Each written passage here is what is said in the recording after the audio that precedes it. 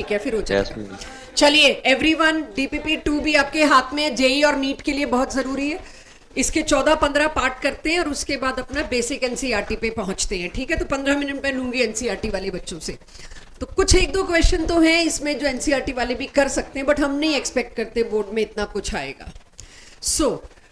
सिवाय अभी डीपीपी के क्लास टेस्ट ढूंढने में टाइम मत वेस्ट करना, दोनों डीपीपी आपके पास होनी चाहिए। मैं आपसे ये पूछ रही हूँ, आपको मैंने एक ये कंपाउंड दिया, अब आप खुद आइडेंटिफाई कर सकते हैं ये एक तरह का अनसैचुरेटेड है, एल्कीन है, जो भी कहिए। अगर मैंने, ये बड़ा प्यारा क्वेश्चन है, ये आपसे 100% गलत होगा अगर एक बार आपने डिस्कस नहीं किया हुआ। ये आपके इसमें शायद पहला दूसरा क्वेश्चन होगा। अगर मैंने HCl दिया तो मुझे पता है बीच में क्या बनने के चांस है, कार्बोकेटाइन, राइट। कार्बोकेटाइन बनने के चांस है, ये कार्बोकेटाइन ज्यादा स्टेबल होता है बेंजाइल, तो इसका मतलब ये इधर जाना चाहिए था, इस पे पॉजिटिव चार्ज आना चाहिए था, तो Cl इस पे आना चाहिए था। मैंने मेजर में ये बनाया ही नहीं, खटका मुझको। ये हिमांशु पांडे के लेवल 2 का 80 क्वेश्चन है। मैंने हिमांशु पांडे के लेवल 2 से 80 से लेके 214 के बीच जितने भी डिफिकल्ट क्वेश्चन थे सारे उठा के आपको छाप के दे दिए। अगर आप नहीं कर पा रहे हैं तो मैं करा दूं। 80 से पहले के हो चुके हैं क्लास में, वो कोई खास थे भी नहीं। अब अगर मैं बात करूं यहां पर कि मेजर ये नहीं बना, ये तो माइनर होना चाहिए था, जो मैंने सोचा वो मेजर क्यों नहीं बना, आपसे नहीं पूछ रही, आपको याद दिला रही। आज की क्लास में मेजरली आपको कार्बोकेटाइन स्टेबिलिटी रिसीव होगी। अब जो आएगी क्लास, ये वाला कार्बोकेटाइन क्यों कम स्टेबल हो गया बेंजाइल होते हुए भी, क्योंकि बेंजाइल के पास कौन लगा है, इलेक्ट्रॉन विड्रॉइंग ग्रुप। ये अपने -R इफेक्ट से इस पॉजिटिव को और पॉजिटिव बना डालता है। काश NO2 ना होता तो मेरा मेजर प्रोडक्ट वही था जो मैंने सोचा। सिर्फ यहां पर क्योंकि NO2 है, उसने इस कार्बोकेटाइन को अनएक्सपेक्टेडली लेस स्टेबल बना दिया। और अगर ये लेस स्टेबल हो गया तो ये मेजर नहीं हो सकता। अगर ये मैं बिना डिस्कस किए देती, आपने आना था मैम प्रिंट इशू है, बेंजाइल कार्बोकेटाइन तो सेकेंडरी कार्बोकेटाइन से ज्यादा ही स्टेबल होता है, बिल्कुल नहीं, राइट। पहला मैंने आपके लिए ये लिया। दूसरा क्वेश्चन कहता है इसमें मेजर माइनर पहचानो। अब समस्या क्या आती है, पाई बॉन्ड ये भी टूट सकता है, पाई बॉन्ड ये भी टूट सकता है, और मैंने इसमें सिर्फ अभी एक इक्विवेलेंट दिया, एक ही HCl दिया, तो एक ही बॉन्ड तोड़ोगे, नॉन स्टॉप नहीं चल सकता रिएक्शन, मैंने रिस्ट्रिक्ट कर दिया। तो अगर HCl मैंने दिया तो पहले ये टूटता है कि पहले ये टूटता है, मुझे पता होना चाहिए। तो कोई तो कहे जी 2-2 पाई बॉन्ड हैं, ये वैसे हमने हाइड्रोकार्बन चैप्टर में ये बात की है, बट हम भूल गए होंगे, इसलिए नए सिरे से। अगर ये टूटता, अगर, तो कार्बोकेटाइन कहाँ आता, सेकेंडरी इस पे बनता। मुझे पता है एरो की टेल में वैसे ही वहां रखना पसंद करती हूँ जहां मुझे स्टेबल कार्बोकेटाइन मिल रहा है, क्योंकि इसका मैकेनिज्म कार्बोकेटाइन है, मेरे को उसी अप्रोच से सोचना पड़ेगा। और अगर ये टूटता तो यहां आता positive charge on doubly bonded carbon कब से स्टेबल हो गया। आप सोच के देखिए, मैं एक ही के अंदर इसलिए करवा रही हूं क्योंकि इस क्वेश्चन बैंक तक वही बच्चा पहुंच सकता है जो कंसिस्टेंटली पढ़ रहा है। अगर मैंने ये तोड़ा होता तो कार्बोकेटाइन बनता ये। अगर मैंने ट्रिपल बॉन्ड तोड़ा होता, ट्रिपल बॉन्ड का पाई बॉन्ड, तो कार्बोकेटाइन बनता ये। डबली बॉन्डेड कार्बन पर पॉजिटिव चार्ज और सिंगली बॉन्डेड कार्बन पर पॉजिटिव चार्ज। पॉजिटिव चार्ज हमेशा उस कार्बन पे रहना पसंद करेगा जो इलेक्ट्रोपॉजिटिव हो, और ये वाला कार्बन जो है ये sp2 हाइब्रिडाइज्ड होगा। ये वाला कार्बन जो है, अगर यहां से देख लेती मैं, उसको भी क्यों ही देखूं, डबली बॉन्ड मतलब sp2, और अगर यहां पर ये है sp2 भी क्यों, sp कर दूं इसको, तो मैं अब तो इसको sp कर देना चाहिए लॉजिकली। और ये वाला कार्बन जो है ये sp2 हाइब्रिडाइज्ड है, तो जितना sp3 वाला सबसे ज्यादा पॉजिटिव, फिर sp2 वाला, फिर sp वाला, ये 3 कार्बोकेटाइन का ट्रेंड होता है। ये सब आज आएगा दोबारा, लेकिन जिन लोगों ने +1 में अच्छे से किया हुआ है या इतने टुकड़े से जिनको याद आ जाए उनके लिए काम हो गया। यहां भी मेजर अगर मैं डिस्कस ना करती तो गड़बड़ थी।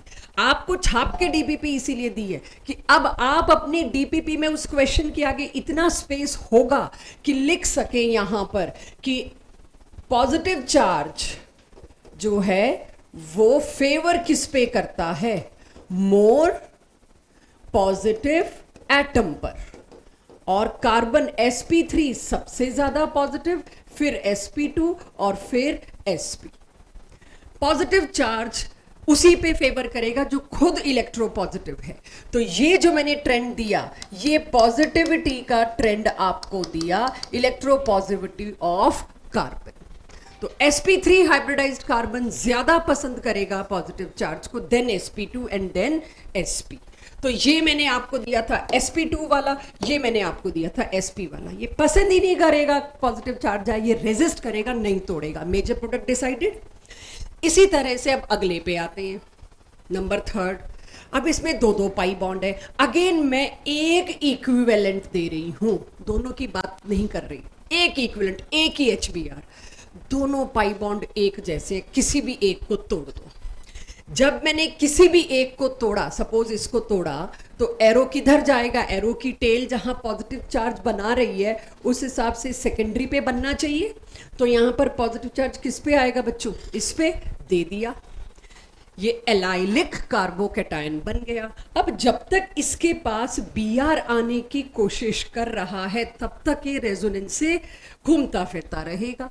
तो ये रेजोनेंस से इधर आया और पॉजिटिव चार्ज इधर आ गया। इसका मेजर प्रोडक्ट जो है 1,4 एडिशन होगा। मेजर प्रोडक्ट 1,4 एडिशन होगा अंडर दिस कंडीशन। कंडीशन बदलेगी, प्रोडक्ट भी बदलेगा, आएगा आगे। 1,2 भी होता है मेजर, 1,4 भी होता है, वो भी आएगा कब? पहले 1,4 की आदत डालिए। एक हो गया ये। अब मैं थोड़ा सा फोकस बदलती हूं, जरा स्टीरियो केमिस्ट्री की तरफ आए जी। हाँ, रेजोनेट करेगा ना, ये इधर गया, जब ये इधर आएगा तो यहां भी पॉजिटिव चार्ज है, दोनों बनेंगे। मैंने मेजर लिख दिया बेटा। रेजोनेंस के आगे तो फिर कुछ और आता ही नहीं ना। रेजोनेंस मींस बिग बॉस, फिर हाइपर कॉन्जुगेशन, फिर इंडक्टिव इफेक्ट। चॉइस है, यस, रेजोनेट कर रहा है यार। एक बार दोबारा सुनो, ठीक है? सबसे पहले मैं रेजोनेंस देखती हूँ। अगर रेजोनेंस है तो मैं हाइपर कॉन्जुगेशन नहीं देखती, सबसे पहले वो देखते हैं। ये बना था, मेरी बुद्धि ये कहती है भाई Br इधर लगा दो, राइट? Br इधर लगाऊं, उसके बाद उससे पहले मेरे को एक चांस शिफ्ट्स और रेजोनेंस देखते हैं ना हम, तो हमें ये चांस दिखता है कि भाई ये इधर आके यहाँ हो सकता है, रेजोनेट कर सकता है। आपका सवाल जो आया, आपका ये आया ये सेकेंडरी कार्बोकैटायन, ये प्राइमरी, जबकि दोनों एलाइलिक हैं। Everybody understand the question? दोनों एलाइलिक हैं तो चॉइस तो उसके पास है, एलाइलिक तो दोनों के पास है। अब उसके पास दूसरी चॉइस आ गई कि वो प्राइमरी और सेकेंडरी में से चूज करे, दोनों में एलाइल है, यही कहना चाह रहे हो? अब यहां समस्या आती, क्या ये चूज करेगा? इसको सेकेंडरी चूज करना चाहिए हाइपर कॉन्जुगेशन की वजह से। रेजोनेंस तो इन दोनों कार्बोकैटायन में, आपने कैसे कह दिया ये मेजर बनेगा? बस वही बात बोल के बच के निकली थी, it depends on reaction conditions. एक चीज आने वाली है थोड़े दिन बाद, थर्मोडायनेमिकली स्टेबल, काइनेटिकली स्टेबल। उसमें आपको बताया जाएगा इस टेम्परेचर पे अगर तुमने ये रिएक्शन किया तो 1,4 एडिशन डोमिनेट करेगा, इस टेम्परेचर पे किया तो 1,2 डोमिनेट करेगा। वो अभी इसी चैप्टर में लाया जाएगा। यस, ये डाउट मैं नहीं चाह रही थी क्लास में, मैं निकलना चाह रही थी। वही कंडीशन दूंगी अब मैं आपको पहले तो आदत डाल रही हूँ 1,4 एडिशन। आपके दिमाग में क्वेश्चन आना बनता है, राइट? और ये मैंने खुद ही बोला कि आगे अभी कंडीशंस आएंगी।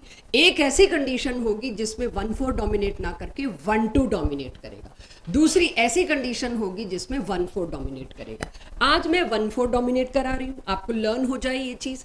जब अगली क्लास में मैं एक रिएक्शन लाऊंगी उसमें आई विल ट्राई 1,2 वाला आए, फिर दोनों कंपेयर करा दूंगी। यस, इस क्वेश्चन को हम 24 घंटे 48 घंटे के लिए अनआंसर्ड रख सकते हैं, क्योंकि ऑर्गेनिक में मेरा पहला चैप्टर है, मुझे बहुत डिसिप्लिन चलना पड़ रहा है कि आपका कोई ऐसा क्वेश्चन आता है जिस पे मेरे को टाइम लगेगा सारों को साथ लेके चलने में, मैं उसको किसी और तरह से अपने फ्रेम में लेके आऊंगी। आज मैंने अगर 20 स्लाइड्स नहीं कराई तो मेरा लेक्चर का, सॉरी अगले की 20 और इसकी 5, तो मेरा लेक्चर अगली क्लास में फिर मेरे को वो सारा फॉर्म करना पड़ेगा जो मुश्किल होगा। सो आई होप सिर्फ इतने के लिए आप मेरे को सपोर्ट करेंगे। आज ये याद करो, अगली क्लास में तो मैं 80 डिग्री टेम्परेचर भी दूंगी, 80 डिग्री सेंटीग्रेड अभी नहीं देना चाह रही। अभी फोकस इस पे कि मैं 1,4 लाई। माइनर इज 1 2, याद होगा तो ही काम चलेगा, हर जगह आप खुद से आंसर नहीं निकाल पाओगे। अब आ जाते हैं जी थोड़ा सा स्टीरियोकेमिस्ट्री पे। ये सारे जो छाप के दिए 2B में, ये वो है एवरीवन, ये सिस है कि ट्रांस है? सबसे पहले डबल बॉन्ड पे जब भी तुम लोग Cl2 या HCl डाल रहे हो, पहले देखो सिस है कि ट्रांस है। सिस है तो कोशिश करो कार को याद रखो, अगर एंटी है तो अगर आपको याद हो हेलोजन का अटैक क्या होता है, एंटी। अगर सिस पे तुम एंटी करते हो, चांस है रेसिमिक मिक्सचर मिलेगा। ठीक है, मैं कंफर्म तो कह नहीं रही, क्योंकि सिमेट्रिकल अनसिमेट्रिकल की भी फाइट कई बार आ जाती है, तो कोशिश करके देखते हैं। एक ये मुझे पता चल गया, दोनों Cl आने ऑपोजिट साइड में चाहिए। फिर मैं चेक करूंगी कहीं मीजो तो नहीं है ना, तो ये क्या बन गया, एनांशियोमेरिक मिक्सचर। मैंने अब दोनों नहीं लिखे, इस लायक बच्चे हो गए हैं कि प्लस और माइनस लिख सकते हैं खुद से। ये मैं सिर्फ हिंट्स दे रही हूँ डीपीपी को करने की। पूरी डीपीपी अगर अभी के अभी करा रही हूँ तो I am just moving in this direction. अगर मैंने 14 कराए तो 4 तो तुम्हारे अटकेंगे अभी भी। थोड़ा उस पर टाइम लगाओगे, डिस्कशन करोगे तो हजम हो जाएगा, अंडरस्टैंडिंग भी हो जाएगी। स्पीड से कराऊंगी तो एक आधी गलती मुझसे ज़रूर होगी, उसको भी एक्सक्यूज करिएगा। हो गई ये चारों अलग कैटेगरी के ले आई। अब रेपिटेशन शुरू होगा। 5वां सब सीक्वेंस से आपकी डीपीपी में सबसे प्यारे क्वेश्चंस में मेरे को ये लगा, अगर आप देखो ये दे दिया आपको, नाउ BRCN कैसे सोचोगे तुम लोग, ये क्या है? आज मेरा मेन मुद्दा है, सही आंसर पे आना तो बाद की बात है, तुम्हारी सोच उस डायरेक्शन में जानी शुरू हुई कि नहीं। BR के साथ अगर कोई और न्यूक्लियोफाइल है, पक्का तुमने BR2 दिया होगा और उसके साथ NaCN जैसी कोई चीज दे दी, KCN, जो भी मतलब, यानी आपने ब्रोमीन वाटर किया लास्ट क्लास में तो BrOH आ रहा था या HOBr आ रहा था। इस तरह से ब्रोमीन के साथ अगर आपने KCN दे दिया, ब्रोमीन पॉजिटिव जाके ब्रोमोनियम आयन साइक्लिक बना के एक साइट को ब्लॉक करेगा, दूसरी साइट पे ब्रोमीन का दूसरे वाला जाए नेगेटिव, उसके बजाय ये चला गया। यानी मुझे यहां पर मेजरली क्या ऐड करना, या मुझे अब ये सारे क्वेश्चन आपके सामने 4 प्रोडक्ट दे रखे, उन 4 में से एक चूज करना है। तो मेजर माइनर तुमसे कोई नहीं इसमें पूछ सकता, इसमें है ही नहीं, तुम्हारे पास इंफॉर्मेशन ही नहीं है कौन मेजर कौन माइनर, तो ये हेडेक मत लेना, आपको 4 में से ऑप्शन चूज करने हैं। तो जो 4 में से बेस्ट ऑप्शन था मेरे आंसर को, मैंने वो चूज करके यहां लिखा है। क्वेश्चन आपकी डीपीपी में है। सबसे पहले मुझे बताइए ब्रोमीन पॉजिटिव किस पे जाएगा? यहां पर तो वही चीज शुरू हो जाएगी, किसी भी एक पे चला जाएगा जी, बट देखते हैं हम लोग क्या करें। मुझे बताइए आपको क्या लगता है एरो टूट के किस साइड जाना चाहिए था? उस साइड जहां टेल मेरे को दिख रही है, भाई टर्शरी बन रहा है, यहीं आनी चाहिए कार्बोकेटायन का चार्ज। कार्बोकेटायन का चार्ज यहां आया और यहां आया नेगेटिव चार्ज, तो ब्रोमीन पॉजिटिव तो इस पे जाएगा। मेरे को सही आंसर की बजाय ये देखना है कितने बच्चे अब इस फ्लो को पकड़ पा रहे हैं। That is why I am forcing this practice. तो ये आया इधर, तो यहां पर कार्बोकेटायनिक चार्ज। अभी मैंने इसको अबव द प्लेन बनाया, बिलो द प्लेन भी बना सकते थे, आप जानते हैं लास्ट क्लास में मैंने किया है, लेकिन मेरे 4 ऑप्शन में था ही नहीं ब्रोमीन बिलो द प्लेन, इसलिए मैंने नहीं बनाया। और आपके सामने क्वेश्चन है, चौथा पांचवा आपकी डीपीपी में 4 ऑप्शन में ऐसा मिलेगा ही नहीं जो इसका उल्टा हो। तो जब ब्रोमीन अबव द प्लेन आ गया, शर्ती आप CN क्या आएगा? Below the plane. Anti addition का मतलब ही है। 4 ऑप्शन में या तो दोनों बिलो द प्लेन दे रखे, या दोनों अबव द प्लेन दे रखे, या फिर BR इधर दे रखा है और CN नीचे दे रखा है। इसका एनांशियोमेरिक फॉर्म दे ही नहीं रखा। अगर दे रखा होता तो मेरे 2 आंसर होते, A and B बोथ या A और D बोथ, राइट। तो इसका मैंने अपनी तरफ से एक प्रोडक्ट दे दिया, दूसरा प्रोडक्ट आप खुद दे सकते हैं, इसका एनांशियोमेरिक पेयर। ठीक है जी। मैंने हाइड्रोजन बनाया ही नहीं है, किसी एक में हाइड्रोजन बिल्कुल बिलो द प्लेन रहेगा। हाइड्रोजन मैं दिखाना ही नहीं कभी पसंद करूंगी, दिखाना ही बेवकूफी होगी। हाँ जी, दिखा रखा है ना बिलो द प्लेन। तो अब आप ये देखो, अगर इसको तुम बिलो द प्लेन दिखा रहे हो तो इसको शर्त है तुम्हें अबाव दिखाना पड़ेगा। इसको अबाव दिखाना है तो यहाँ हाइड्रोजन है तो अंडरस्टूड है वो बिलो द प्लेन है, क्योंकि इसमें धैर्य हाइड्रोजन आके ऐड नहीं हो रहा, इसलिए we are not interested in that. Still अगर किसी ऑप्शन में दे रखा है, इग्नोर कर भी दूं मैं उस बात को, तुम ये देखो तुम्हारी ये दोनों मैच करनी चाहिए, बाकी किसी से परवाह नहीं होनी चाहिए। ये दोनों मैच करने चाहिए, बस ये दोनों एक ही में मैच कर रहे होंगे, बाकी वो मनगढ़ंत हम कुछ भी बना के देते रहे। ठीक है, चलिए अब आती हूं मैं 6th पे।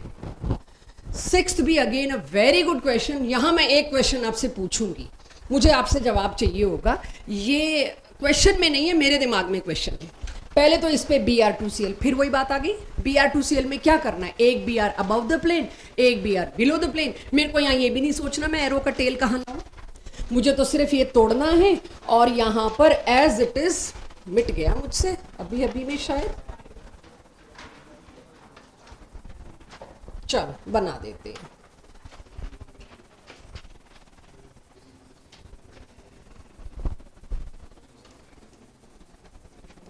ऐसा कुछ बनेगा, देखना बच्चों।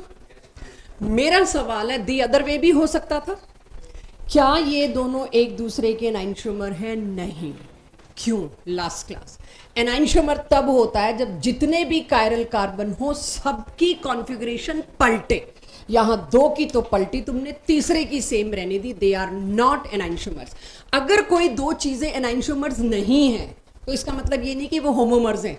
होमोमर्स भी तब है जब सब कुछ सेम हो, यहां सब कुछ सेम नहीं है, सिर्फ दो कार्बन पर स्पेशल अरेंजमेंट पलटा, डिफरेंट हुआ, अलग था, बाकी पे नहीं, तो एनाइंशोमर तो नहीं हो सकते। अगर एक भी जगह कोई स्पेशल अरेंजमेंट में ऊपर नीचे हुआ तो ऐसी फॉर्म्स को हम क्या कहते हैं? डायस्टीरियोमर्स। मेरे उस लेक्चर की बात, जो मैं मार्च वाले लेक्चर्स की बात कर रही हूँ, वहां मैंने डायस्टीरियोमर्स कराया था, बट हम भूल गए होंगे, तो उसके लिए डायस्टीरियोमर्स उन दो फॉर्म्स को कहते हैं जिनमें कोई ना कोई स्पेशल अरेंजमेंट डिफरेंट है, but yes they are not mirror images of each other, that is not meso also. तो उस बची कुची फॉर्म्स को क्या बोलते हैं? डायस्टीरियोमर्स। तो ये हुआ छठा क्वेश्चन। अब मैं आती हूँ मेरे चूज किए हुए सातवें क्वेश्चन पे। अगेन सेम से केस है, लेकिन मेरे सवाल बदलते जाएंगे। ये फिर आ गया आपके पास, अभी फिर कोई लड़ाई नहीं, एक Cl अबाउट द प्लेन लगा दो, एक Cl बिलो द प्लेन लगा दो, नॉन पोलर सॉल्वेंट है, यानी यहाँ वाटर होता तो मेरे को समस्या थी, Cl भी लग सकता है और OH भी लग सकता है, लेकिन यहाँ तो कोई समस्या ही नहीं है, दिस एंड दिस। ये सवाल आपसे जो पूछा गया है, शायद डीपीपी भी सातवां क्वेश्चन हो, 12वां है, तो उसमें क्या पूछा गया है? अब समझ आ गया, मैंने सिर्फ एक आंसर लिखा है, तो मेरी तरफ से तो मैं पूछूंगी इसके प्रोडक्ट में क्या मिलेगा? डायस्टीरियोमर्स, होमोमर्स, एनाइंशोमर्स, या कुछ भी नहीं? तो क्या मिलेगा इसके प्रोडक्ट में? एनाइंशोमर्स, क्योंकि दो ही कायरल कार्बन बने और दोनों की कॉन्फ़िगरेशन पलट गई, आंख बंद करके, वो क्या है? एनाइंशोमर्स। अब सिमिलरली इस पे आ जाइए, ये भी फिर रेपिटेशन है, ये तो मेरी लास्ट क्लास का ही क्वेश्चन है कि मैंने अब क्या किया, Cl2 के साथ एल्कोहल दे दिया बजाय वाटर के, तो यहां पर क्या जाएगा? OCH3, ये भी एनाइंशोमर देगा। क्लियर है सबको? अब आती हूं अगले पे, 9th, HBrCS2। मैं किसी ना किसी तरह सॉल्वेंट्स की आदत डाल रही हूँ, क्योंकि मेरे को आज NCERT बेसिक में जरूरत पड़ने वाली है इसकी। कार्बन डाइसल्फाइड, उसमें भी एक ही बात है कि भाई कार्बन डाइसल्फाइड है, खैर इसका तो मुझे वैसे भी प्रॉब्लम नहीं। HBr, Br कहाँ लगेगा, H कहाँ लगेगा? मुझे फिर यहां देखना पड़ेगा एरो की टेल वहां हो जहां मेरे को टर्शरी कार्बोकैटायन दिखाई दे रहा है, वहां पर लगा दो Br, यहां पर लगा दो H। इस क्वेश्चन में मैं स्टीरियोकेमिस्ट्री पूछ ही नहीं रही, सिन एंटी दोनों बना दोगे तुम लोग, H और Br अबाउ बिलो करके। सिन भी बनता है, एंटी भी बनता है, वो तुम्हें लास्ट क्लास में सेम एग्जाम्पल में करा के आई हूँ। लेकिन यहां पर मुझसे पूछा जा रहा था जो इसका प्रोडक्ट बना वो क्या बना? अ पेयर ऑफ एनाइंशोमर्स और डायस्टीरियोमर्स और कुछ और साथ में ए कायरल, चौथी ऑप्शन। प्रोडक्ट जो बना वो ए कायरल बना, चेक कर लो। ऑप्टिकली इनएक्टिव है, ए कायरल है, वो आप शब्दों पे मत जाओ, आप भावना समझ लो। क्या ये है ए कायरल या मैंने ऐसे? मुझे बताओ, इसमें एक भी कायरल कार्बन नहीं है? कौन सा कार्बन कायरल है? अभी वही तो मेरे को भी डाउट ही हो रहा है, देखते हैं, तुम्हारे साथ बात करते हैं। लो जी, CH3, Br, CH2 काहे का कायरल? क्योंकि मैंने H अलग से चमका के लिख दिया तो मुझे पता था हम कंफ्यूज होंगे, पर्पस भी वही था। तो इसमें एक भी कायरल कार्बन नहीं है, इसलिए हर बार नहीं एनाइंशोमर्स चिपका देना, हर बार नहीं डायस्टीरियोमर्स या मीजो चिपकाना, कभी कभार ऑप्टिकली इनएक्टिव प्रोडक्ट भी बनेगा। जी, CS2 इज अ नॉन, कहाँ से आया सवाल? CS2 is a non polar solvent, ये दखल नहीं देगा इसके अंदर, ठीक है? एक नॉन पोलर सॉल्वेंट है, ना कैटायन बनाएगा ना एनायन बनाएगा, कोई इंटरफेरेंस नहीं होगा। अब आ जाते हैं मूविंग टुवर्ड्स लास्ट, सिस। अगर मैंने सिस सजा के दिया फिर तो बच्चे कार बता लेंगे, रिपीट है। बट क्योंकि मेरे को इतनी बार रिपीट कराना है कि आप थक जाओ पक जाओ, इसीलिए मेहनत की जा रही है।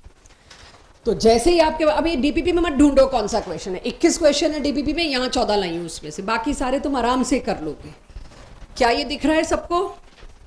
ये रिपीट है अगेन लास्ट क्लास का, बार बार बता रही हूं। सिस पे एंटी होगा तो आर यानी रेसिमिक मिक्सचर बनेगा।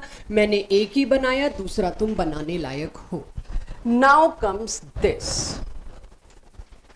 स्टीरियोकेमिस्ट्री करते करते भूल मत जाना, रिंग एक्सपेंशन भी सीन में है। मेरा सवाल, इज दिस कायरल? ये तो लास्ट क्लासेस में हो चुका है, कर लोगे। Is this chiral? Yes, ma'am, it is. It is It is. Chiral, yes. तो अगर इट इज कायरल तो दूसरा इसका साथी बना लेंगे हम। लेकिन इसका दूसरा साथी बनाने से पहले ये सोच लेना, above the plane below the plane HCl में सिन एंटी दोनों होते हैं, तो सारे बनाने पड़ेंगे। दोनों जुड़ने वाले ग्रुप सेम प्लेन में, दोनों जुड़ने वाले ग्रुप ऑपोजिट प्लेन में, दोनों जुड़ने वाले ग्रुप ऑपोजिट प्लेन में। अंडरस्टूड? वो सारे बना के देखना, सेम तो नहीं है। लास्ट क्लास में ऐसे केसेस करवा चुकी हूं मैं। I am just brushing up the things. अगर आज की कोई डीपीपी में और आज के मेरे इस पहले 15 मिनट के पूरे ब्रशअप में कोई क्वेश्चन है जिसके लिए मैं एक्साइटेड हूँ, I am looking forward to, I was looking forward to this question, ये तो लेना है। बाकी तो तुम्हें पता है, तुम्हारे लिए ईजी था। एक 1-4 एडिशन छोड़ दूँ तो बाकी तुम्हारे लिए नया नया कुछ भी ऐसा नहीं था जो ना आता हो। मैंने यहां पर दिया ये, ध्यान देना, इसको देना है BR2। BR2 देखते ही मेरे दिमाग में क्या आता है, एंटी एडिशन कर दो। एंटी एडिशन करने का मतलब क्या है, एक अबव द प्लेन एक बिलो द प्लेन। देखना मैंने ऐसा कुछ किया है?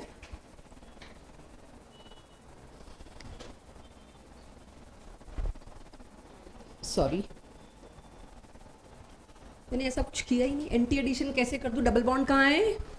BR2 देखते ही मेरे दिमाग में आ रहा है एंटी एडिशन कर दो, क्योंकि पका हुआ है भाई। डबल बॉन्ड आएगा तो ना तुम एंटी एडिशन करोगे। चलो फिर सोचूंगी करूं क्या, ये तो BR फ्री रेडिकल बनाएगा। BR फ्री रेडिकल किस पे अटैक करता है? उस कार्बन पे जो कार्बन sp3 हाइब्रिडाइज यानी एल्केन के परिवार का हो। और उस पे भी अब सारे ढूंढती हूं मैं, ये तो इस पे तो एक भी H नहीं है, इस पे तो कोई अटैक नहीं होगा। अब यहां देखूं तो ये H या ये H, ये भी एक H मौजूद है, ये भी एक H मौजूद है, कोई एक H पहले अटैक होगा। तो if you can see this, ये वाला H पहले, एक बार क्वेश्चन देखना यहाँ CH3 है कि BR है, क्योंकि CH से तो मेरे लिए आसान हो जाएगा कराना, राइट? तो फिर मैं इसको CH3 कर देती हूँ, तो और आसान हो गया। ये tertiary carbocation tertiary free radical बनेगा। अगर मैं यहाँ के H को हटा के BR रेडिकल लगाऊं तो पीछे कौन बनेगा? Tertiary radical.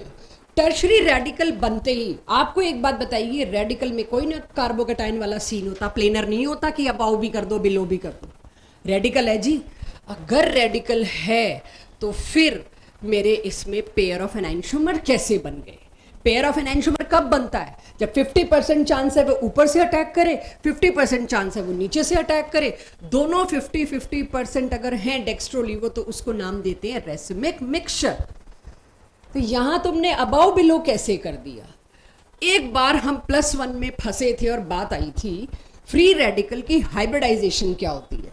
कार्बोकेटाइन की हाइब्रिडाइजेशन sp2, कार्बो एनायन की हाइब्रिडाइजेशन नॉन प्लेनर sp3। लेकिन फ्री रेडिकल के लिए मैंने लिखवाया था may be sp3 may be sp2। जहां जहां फ्री रेडिकल को कुछ लालच मिल रहा होगा वहां वहां वो जबरदस्ती प्लेनर बन जाएगा, sp2 हाइब्रिडाइज कर लेगा। पहला लालच था एरोमेटिसिटी, पहला लालच था लास्ट ईयर एरोमेटिसिटी में। एक रेडिकल जबरदस्ती अपनी हाइब्रिडाइजेशन sp2 कर रहा है क्योंकि उसको 5 पाई इलेक्ट्रॉन तो दिख रहे थे, छठा खुद घूमने चला गया, 6 इलेक्ट्रॉन का क्लाउड, एरोमेटिसिटी आ गई। तो फ्री रेडिकल जब जरूरी लगेगा, जब उसको कोई स्टेबिलिटी का लालच मिलेगा, वो प्लेनर हो जाता है। अदरवाइज तुम फ्री रेडिकल को प्लेनर बोलोगे, गलत। यहां फ्री रेडिकल को क्या चांस मिल रहा है भाई? साइक्लोहेक्सेन की रिंग ही नहीं बन सकती जब तक एक प्लेन ना हो। ये सारे के सारे एक प्लेन में ही है, इस तरह से जैसे मैंने दिखाया। प्लेनैरिटी के लालच में ये रेडिकल इंटरमीडिएट अपनी हाइब्रिडाइजेशन क्या सैक्रिफाइस कर गया, sp3 की जगह sp2। झेल लूंगा एंगल स्ट्रेन, बट मेरे को स्टेबिलिटी मिल रही है। अदरवाइज फ्री रेडिकल में गलती से भी तुम ये नहीं कह सकते अबाउट द प्लेन कि बिलो द प्लेन, जैसे ही कहोगे गलत की क्या कर दिया भाई। तो यहां पर रेडिकल के प्लेनर होने की वजह से अब चांस आ गया ब्रोमीन अबाउट द प्लेन भी अटैक कर सकता है, बिलो द प्लेन भी अटैक कर सकता है। अदरवाइज स्टीरियोकेमिस्ट्री पढ़ी ही नहीं हमने रेडिकल की, क्यों नहीं पढ़ी भाई, इसमें अटैक का डायरेक्शन का कुछ है ही नहीं, क्योंकि ये तो कोई प्लेनैरिटी है ही नहीं कि यहां से ही करेगा यहां से ही करेगा। जितना रिएक्शन मेरे कोटे में आया मेरे खाते में आया। Understood this question. प्लेनैरिटी की वजह से रेडिकल को प्लेनैरिटी में आना पड़ा। स्टेबिलिटी रिंग का हिस्सा, चिलेशन हम जानते हैं, रिंग हम जानते हैं बहुत स्टेबल है, इस वजह से यहां अबाव बिलो दोनों का चांस बना। अगर ये साइक्लिक नहीं होता तो ब्रोमीन टॉप बॉटम दोनों साइड से अटैक नहीं कर सकता था, तब स्टीरियोकेमिस्ट्री में ये सवाल ही नहीं था, राइट। तो ये भी आपकी शीट में मैंने क्वेश्चन दिया है। ऑफ कोर्स उसमें नीचे एक्सप्लेनेशन क्या है भी मुझे पता नहीं, मैंने दिया ही नहीं अभी, तो आपको सोल्यूशन ही नहीं दिया, मैं चाह ही नहीं रही थी इसके दूँ, ये तो घुसना पड़ेगा आपको। लास्ट क्लास में हम लोगों ने कहाँ पर चैप्टर को ड्रॉप किया था, preparation of alkyl aryl halide खत्म करके फिजिकल प्रॉपर्टीज पर आए थे। फिजिकल प्रॉपर्टीज में मैंने डेंसिटीज आपको नहीं कराया था, डायपोल मोमेंट मैंने आपको करा दिया था। अब जो लोग, आज मैं केमिकल प्रॉपर्टीज शुरू कर रही हूं, जिस दिन केमिकल प्रॉपर्टीज खत्म हो गई उसके बाद एक दिन का गैप और टेस्ट है मेरा टारगेट। मैम मैंने आपको पिक्चर भेज दी। ठीक है शिवांश, जब मेरे पास टाइम होगा मैं देखूंगी और तुम्हें बताऊंगी, ठीक है, क्लास के बीच में नहीं। Chemical properties of alkyl halides, नहीं तो आज शाम तक नेहल मैम आपको पूरा एक्सप्लेन करेंगे। अब मेरे पास सबसे बड़ी बात आती है chemical properties of alkyl halide में क्या होगा। एक ही चीज हो सकती है अभी जो मुझे दिखाई दे रही है। कुल मिला के दो कैटेगरी रिएक्शन है, पहला कैटेगरी रिएक्शन ले रही हूं, 2 लेक्चर लगेंगे पूरे।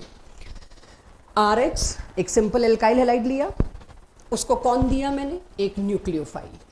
किसी न्यूक्लियोफाइल को कोई न्यूक्लियोफाइल ही आके हिसाब बराबर करके सब्स्टिट्यूट कर सकता है। तो अगर हैलाइड न्यूक्लियोफाइल है तो डेफिनेटली बाहर से एक अटैकिंग न्यूक्लियोफाइल आएगा, वो इसको सब्स्टिट्यूट करेगा और जो हैलाइड था वो एज लिविंग ग्रुप बाहर चला जाएगा। Nucleophilic substitution reaction. तो आज के बाद आप जब प्रॉपर्टीज ऑफ एल्काइल हैलाइड बोलेंगे तो आपसे पलट के पूछा जाएगा कौन सी, तो आपका जवाब होना चाहिए nucleophilic substitution reaction. Fluorine chlorine bromine iodine जो भी है उसको हटाएंगे, उसकी जगह एक स्ट्रॉन्ग पावरफुल न्यूक्लियोफाइल उसके अंदर भेज देंगे। सब्स्टिट्यूशन का मतलब क्लियर। तो अब सबसे पहले इसके एग्जाम्पल्स, एनसीईआरटी में एक बहुत बड़ा टेबल दिया है जिसमें 11-12 एग्जाम्पल्स हैं, मेरी कोशिश है सारे यहां लेने की। सबसे पहला एग्जाम्पल एक्वस KOH। KOH जो डाला गया है पानी में वो इंश्योर करने के लिए डाला गया है क्योंकि वाटर अकेले में डिसोसिएशन बहुत कम होता है, OH नेगेटिव बहुत कम बनेंगे। KOH का मतलब क्या है, very strong base, very strong electrolyte, ये OH नेगेटिव बहुत सारे पैदा करेगा। तो एक्वस वाटर के भी OH हो गए और इसके भी OH हो गए, तो OH नेगेटिव की तादाद अच्छी खासी इकट्ठी हो गई, which is a strong nucleophile. ये स्ट्रॉन्ग न्यूक्लियोफाइल क्या करेगा, Cl को कहेगा you are leaving group, get lost, आप बाहर निकलो, एंड आई वांट एंट्री। तो इससे क्या बन गया, अल्कोहल। अगले चैप्टर में ये पहला रिएक्शन है प्रेपरेशन ऑफ अल्कोहल, वहां मैं लिखूंगी ऑलरेडी डन, एक ही शब्द लिखूंगी कि एल्काइल हैलाइड को तुम एक्वस KOH दोगे, एक्वस NaOH दोगे तो हेलोजन हटेगा, उसकी जगह OH आ जाएगा। इतना क्लियर बच्चों को, ठीक है। चलिए अब अगर मैंने ड्राई माने नो वाटर, अगर मैंने ड्राई Ag2O दे दिया, उससे क्या होता है, ड्राई Ag2O से इसके 2-2 मॉलिक्यूल्स एक साथ रिएक्ट करके ईथर्स बनाते हैं।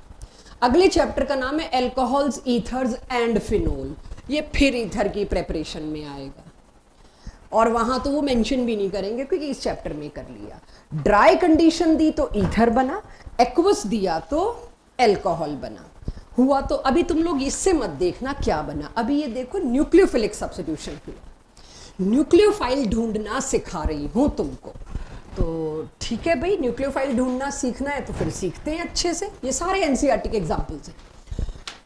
एक और एल्काइल हैलाइड। अब इसको क्या दे रही हूं बच्चों, अमोनिया कह सकती है इसको, लेकिन मैंने अमोनिया को ऐसे फैला के क्यों लिखा है, क्योंकि अभी मैं बिगिनर हूं इस टॉपिक में। आई वांट सारे बच्चे न्यूक्लियोफाइल ढूंढना सीख जाएं, इसके ऐसे दो टुकड़े करना सीख जाएं कि ये H+ अलग देगा और NH2- अलग देगा। तो ये हिस्सा क्या बना बच्चों, ये हिस्सा बना न्यूक्लियोफाइल, ये हिस्सा क्या बना, ये बना इलेक्ट्रोफाइल। तो NH2 नेगेटिव जाएगा, Cl को कहेगा बाहर निकलो, तुम्हारे लिए H+ वेट कर रहे हैं HCl। क्या सभी बच्चे लीविंग ग्रुप पहचान पा रहे हैं? लीविंग ग्रुप तो हेलोजन ही है, और अटैकिंग न्यूक्लियोफाइल कोशिश कर पाएंगे पहचानने की। अगला Ag2O फिर से लिया, अब के ड्राई न लेके मॉइस्ट। भाई मॉइस्ट ले रहे हो तो वाटर ले रहे हो, फिर तो तुम वाटर ले रहे हो, खुला OH नेगेटिव पैदा हो जाएगा, उससे इतना OH नेगेटिव आ जाएगा कि OH नेगेटिव ही जाके Cl को सब्स्टिट्यूट करेगा। देन कम दिस, ये क्लास 11th में भी था, तब हमने बहुत कम इसको पढ़ा तो था, लेकिन ये कहा गया था कि क्लास 12th की NCERT में कहीं मेंशन नहीं है ये न्यूक्लियोफाइल, और एकदम से बैक एक्सरसाइज के कन्वर्जन में ये दे दिया, क्योंकि वो ये मान के चल रहे +1 में पढ़ के। तो NCERT वाले बच्चे और ध्यान से इसको नोट करेंगे। ये दिया क्या है, मैंने पहले इसको समझा दूं। What is this sodium acetylide? सारे लोग जानते होंगे, उम्मीद है, इसको एसिटाइलिन बोलते हैं, कॉमन नेम। एसिटाइलिन का H हाईली एसिडिक होता है। क्यों होता है? +1 रिवाइज कराती हूँ। हाँ नहीं, मुझे नहीं पता ना, तो मैं अपने लिए करा रही हूँ। ये है sp हाइब्रिडाइज्ड। sp हाइब्रिडाइज्ड वाला कार्बन काफी इलेक्ट्रोनेगेटिव होता है, तो शेयर्ड पेयर ऑफ इलेक्ट्रॉन को अपने पास खींच के रखता है, और H को तो चाहिए यही था, happy to leave as H positive, क्योंकि ये वाला कार्बन हाईली इलेक्ट्रोनेगेटिव है, इसीलिए ये इजीली निकल जाएगा, हेंस एसिडिक। और क्लास 11th के रिएक्शन में क्वेश्चन में था, give proof that acetylenes are good acid as compare to their corresponding olefins, यानी कि एल्कीन्स। तो उसका केमिकल प्रूफ हम क्या देते थे, इसको किसी भी रिएक्टिव मेटल से रिएक्ट कराओ, एक्टिव मेटल से रिएक्ट कराओ, इमीडिएटली इसका H निकलेगा, हेंस एक एक्टिव। भाई क्या होता है, मेटल्स एसिड के H को डिस्प्लेस कर देते हैं, एसिड का H डिस्प्लेस हो जाता है when reacted with any metal.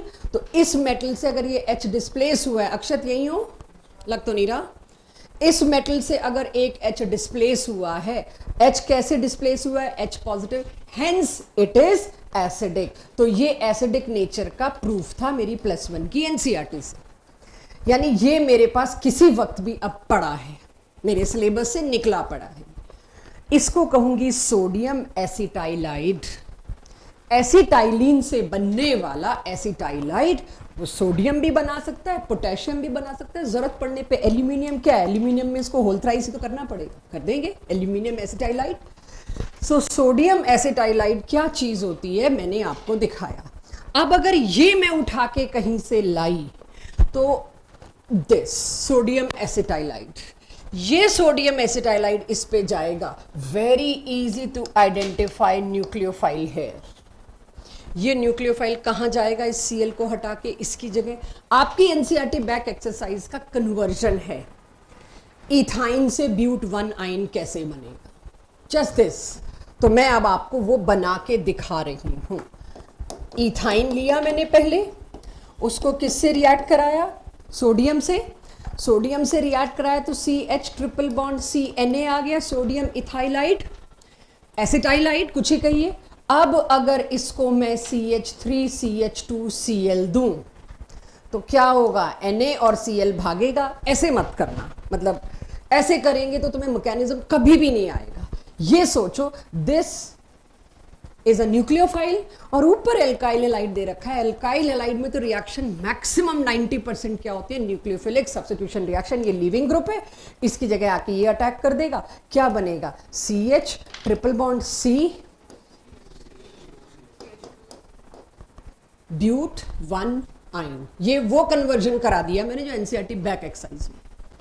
अगर तुम एल्काइल हैलाइड को देते हो KCN, CN पे नेगेटिव चार्ज है, दिख ही रहा है, न्यूक्लियोफाइल CN होगा, ये हटेगा और इसी जगह CN लग जाएगा। इसका IUPAC नेम, थोड़ा सा ब्रेक देती हूँ आपको। IUPAC नेम एनीवन, पहले लॉन्गेस्ट कार्बन चेन ढूंढते हैं। तो अगर ऐसा होगा तो तुम लोग तो फिर एल्डिहाइड का नाम भी पता नहीं क्या दोगे।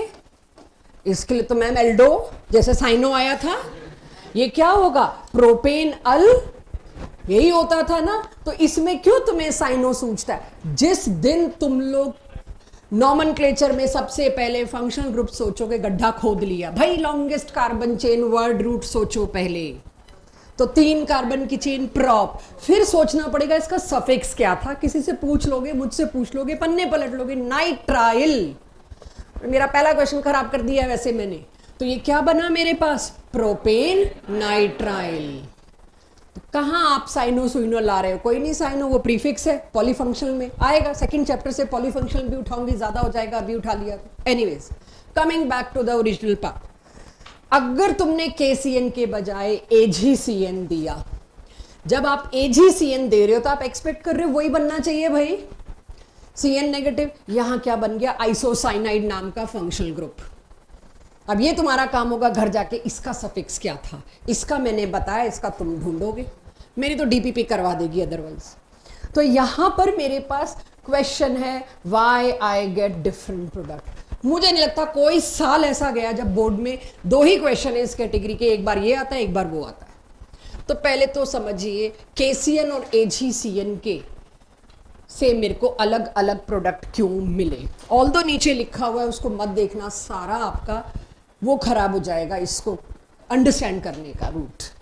KCN क्या है, क्योंकि ये काफ़ी इलेक्ट्रोपॉजिटिव मेटल का स्पीशीज है तो ये आयोनिक होगा। This is ionic species. Ionic species है तो आयनिक का मतलब क्या होता है, जैसे ही आपने इसको रिएक्शन मिक्सचर में डाला टूट के आयंस बना लेंगे। तो CN आयन नाम का एम्बीडेंटेट न्यूक्लियोफाइल बनेगा। एम्बीडेंट न्यूक्लियोफाइल, एम्बीडेंट का मतलब क्या होता है, एक से ज्यादा साइट्स का होना। ये कार्बन से भी बॉन्ड बना सकता है और नाइट्रोजन के ऊपर जो नेगेटिव चार्ज है उससे भी न्यूक्लियोफिलिक सेंटर क्रिएट किया। इसमें 2 न्यूक्लियोफिलिक सेंटर है, तो ये मर्जी आए किसी से भी अटैक कर सकता है, इसका मन। तो अब इसके मन को चेक करते हैं। जब CN नेगेटिव नाम का न्यूक्लियोफाइल आया, उसने अटैक किसको करना है, बॉन्ड बनाना किसके साथ है, कार्बन के ऑर्बिटल के साथ। कार्बन का ऑर्बिटल कार्बन के ही साथ सबसे स्ट्रॉन्ग बॉन्ड बनाएगा। कैटिनेशन इसका जीता जागता एग्जांपल है। CC बॉन्ड से ज्यादा सिंगल बॉन्ड स्ट्रॉन्ग बॉन्ड दुनिया में नहीं है। तो वो N के बजाय किससे जुड़ना प्रेफर करेगा, इससे, बिकॉज ऑफ स्ट्रॉन्ग बॉन्ड। और यही बात जो मैंने तुमको बोली ये सारी यहां लिख रखी है, वो आपकी भाषा आप उतारेंगे वो भी आपके ऊपर होगा। लेकिन फिर AgCN के साथ ऐसी क्या आग लग गई। AgCN सिल्वर उतना अच्छा मेटल नहीं, आप जानते हैं ये इलेक्ट्रोपॉजिटिविटी में तो बहुत ही पीछे आता है।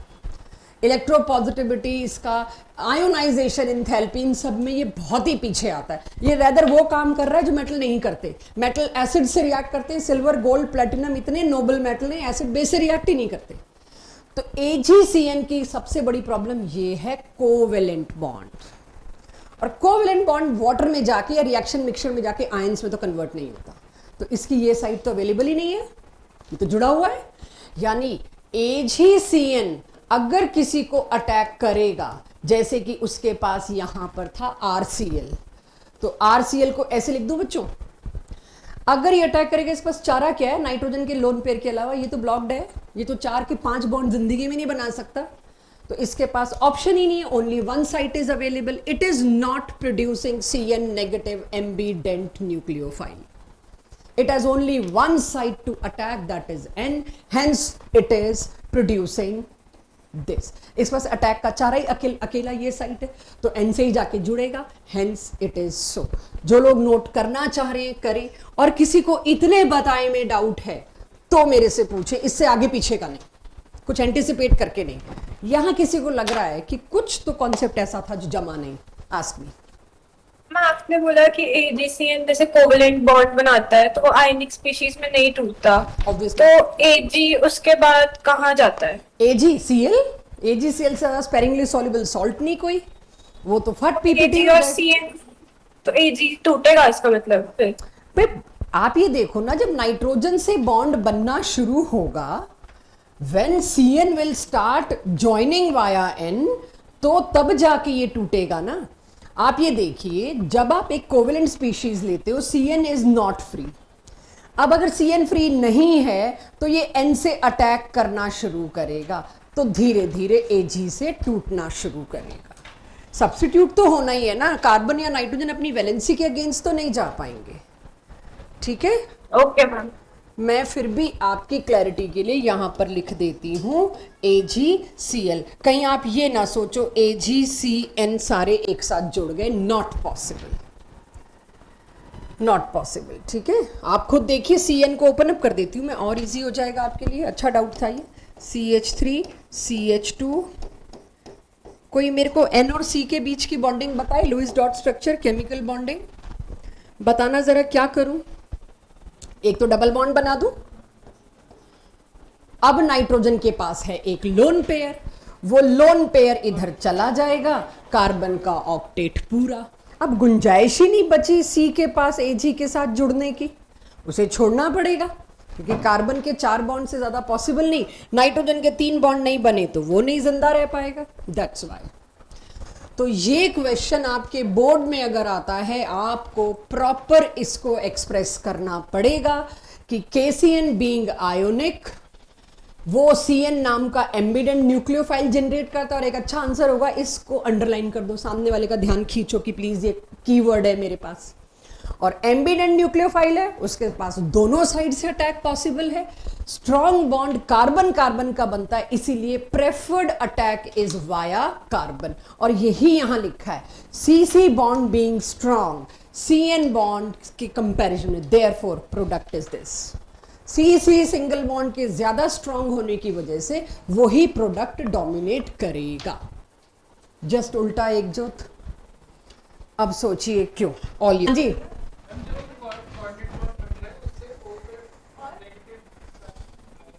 वो नेगेटिव, कोई नेगेटिव होता है क्या? बात कर रहे हो यार। कोऑर्डिनेट बॉन्ड का मतलब नेगेटिव पॉजिटिव, हम सिर्फ ये दिखाते हैं किसने दिया और किसने लिया। कोऑर्डिनेट बॉन्ड को वही रिस्पेक्ट दिया जाता है जो सिंपल सिंगल बॉन्ड को रिस्पेक्ट दिया जाता है। कोई चार्ज नहीं है, वो सिर्फ एरो हटा दिया तो चार्ज बना दिया, उस चार्ज का कोई सिग्निफिकेंस नहीं है। चलिए, अगर आप लोगों को NO2 का स्ट्रक्चर नहीं पता तो आप आंसर दोगे उल्टा। अब मैंने यहां पर NO2 का स्ट्रक्चर ये बनाया, NO दिस। मुझे बताओ किसको बोरो करने की जरूरत पड़ रही है, O को कि N को? अब कोई तो यूं बना देगा, लेकिन जरा आप एक बार देख के देखो, अगर मैं ये कोऑर्डिनेट बॉन्ड ना बनाती, क्या करना चाहिए मेरे को यहां पे? All of you, coordinate bond ना बनाऊं तो क्या करूंगी? मैं तो सिंगल बॉन्ड बनाऊंगी। पहले देखिए क्या नाइट्रोजन का ऑक्टेट पूरा हुआ, उसके पास एक लोन पेयर भी है। I hope we all know, clear everyone. Nitrogen का ऑक्टेट पूरा 3 बॉन्ड, उसको कोई जरूरत नहीं अपना कोऑर्डिनेट बॉन्ड इसको देने की, क्योंकि अगर उसने यहां कोऑर्डिनेट बॉन्ड बना दिया, अपने ऑड इलेक्ट्रॉन का क्या करेगा? तो ऐसे आपका मन करे नहीं बना सकते आप, जो एक्चुअली है आपको वही बनाना पड़ेगा। तो यहां पर ये ट्रू बॉन्ड बना है, 1-1 बॉन्ड शेयर करके, मतलब ट्रू तो वो भी होता है लेकिन यहां प्रॉपर शेयरिंग से बना है। अब कौन घाटे में? किसका ऑक्टेट पूरा नहीं हुआ? ऑक्सीजन का। ये किसी से एक उधार लेके आएगा, ठीक है।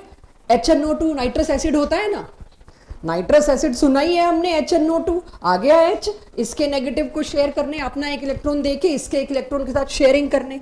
तो अब आप इसका पूरा स्ट्रक्चर अगर खोलो तो ये है, चेक, सबका ऑक्टेट डुप्लेट पूरा, हाँ या ना? H निकला एज H पॉजिटिव, पीछे वो क्या छोड़ के गया? NO2 negative. क्यों निकला होगा H? भाई मैंने इसको K से रिएक्ट कराया, पोटेशियम से। पोटेशियम क्या करता है किसी एसिड के? H को डिस्प्लेस करता है, आ जाएगा K यहां पर। KNO2 यही था, KNO2 यही था, आ गया K यहां पर। यहां तो लाइन नहीं खींच सकती मैं। तो जैसे ही पोटेशियम निकला, नेगेटिव चार्ज किसके ऊपर है? O के ऊपर। नेगेटिव चार्ज वाला सेंटर इज पावरफुल न्यूक्लियोफाइल। तो नेगेटिव चार्ज वाला सेंटर गया इधर, Br को दफा किया और क्या बन गया? RONO। पहले KCN के साथ सीधा साधा RCN बन रहा था, यहां KNO2 गलती क्या है, हम बोलते KNO2 है, छोड़ दो KNO2 बोलना, KONO बोलो अब, ताकि तुम्हारा आंसर सही रहे।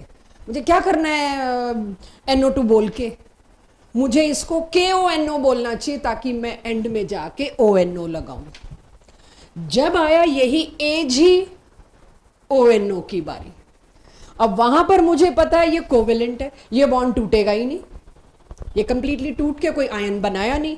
इसके सामने आया फिर से RCl, अब इसके पास क्या साइट बची है, नाइट्रोजन के ऊपर वाला लोन पेयर, वो आएगा इस Cl को धकेलेगा और यहां क्या होगा RNO2।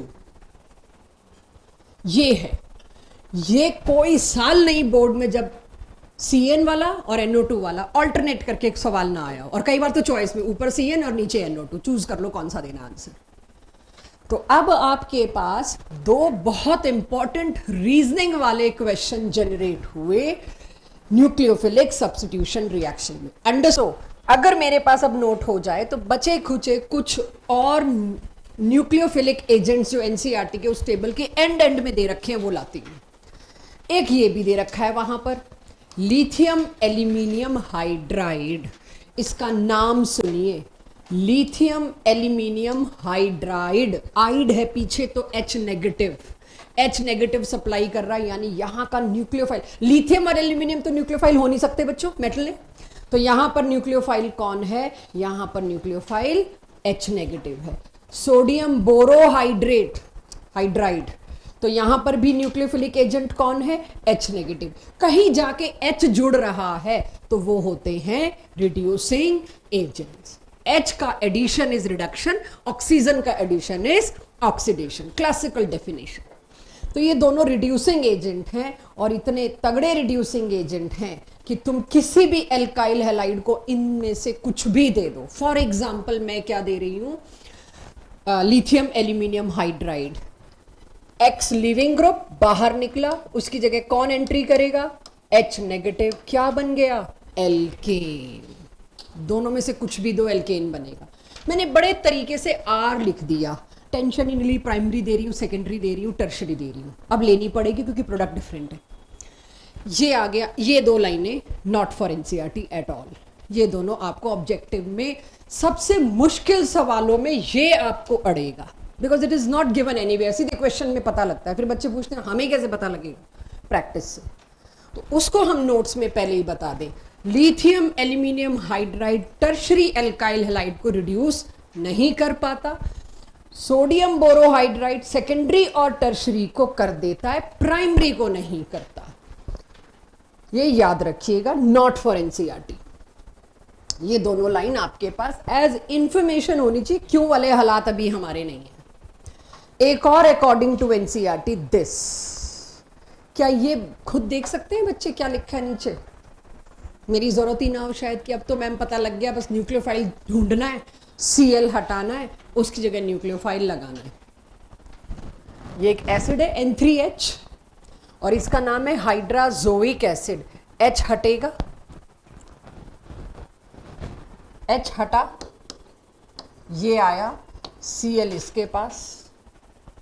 इसका रेजोनेंस स्ट्रक्चर पूछा गया है जेई में, with bond order of every bond. ये कुछ साल पहले का जेई का क्वेश्चन, कि इसके स्ट्रक्चर को खुद ही बनाना था। खैर पूछा क्या गया, बॉन्ड ऑर्डर पूछ लिया तो फिर लोइस डॉट स्ट्रक्चर तो बनाना पड़ेगा।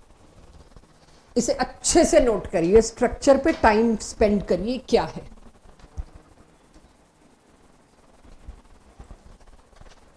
ये प्लस और माइनस उसका है कोऑर्डिनेट बॉन्ड का, मैंने एरो भी बना दिया ताकि आप कंफ्यूज ना हो। This is something really important. ये पर रीजनिंग बड़ी प्यारी NCERT, आज की क्लास तो मेनली NCERT बेसिक है सारा। ये जितने भी तुम न्यूक्लियोफिलिक सब्स्टिट्यूशन रिएक्शन करके आए, अगर मैंने 7 एजेंट लिखवाए तो NCERT का टेबल देखना तुम्हारा काम है।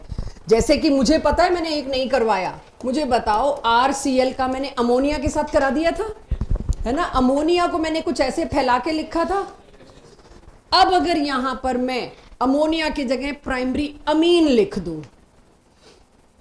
ये NCERT के उसी टेबल में दे रखा है RNH2, अब इतनी बुद्धि मेरे बच्चों में होनी चाहिए कि ये पॉजिटिव निकला, राइट, न्यूक्लियोफिलिक हिस्सा ये, और RNHR, ये R अलग भी हो सकता है, सेम भी हो सकता है। ये नहीं कराया मैंने, एनसीईआरटी में उसमें दे रखा है। जब किसी बच्चे को NH3 का आ गया तो उसको RNH2 का भी आ गया, R2NH का भी आ गया, R3N का भी आ गया, वो उसका काम।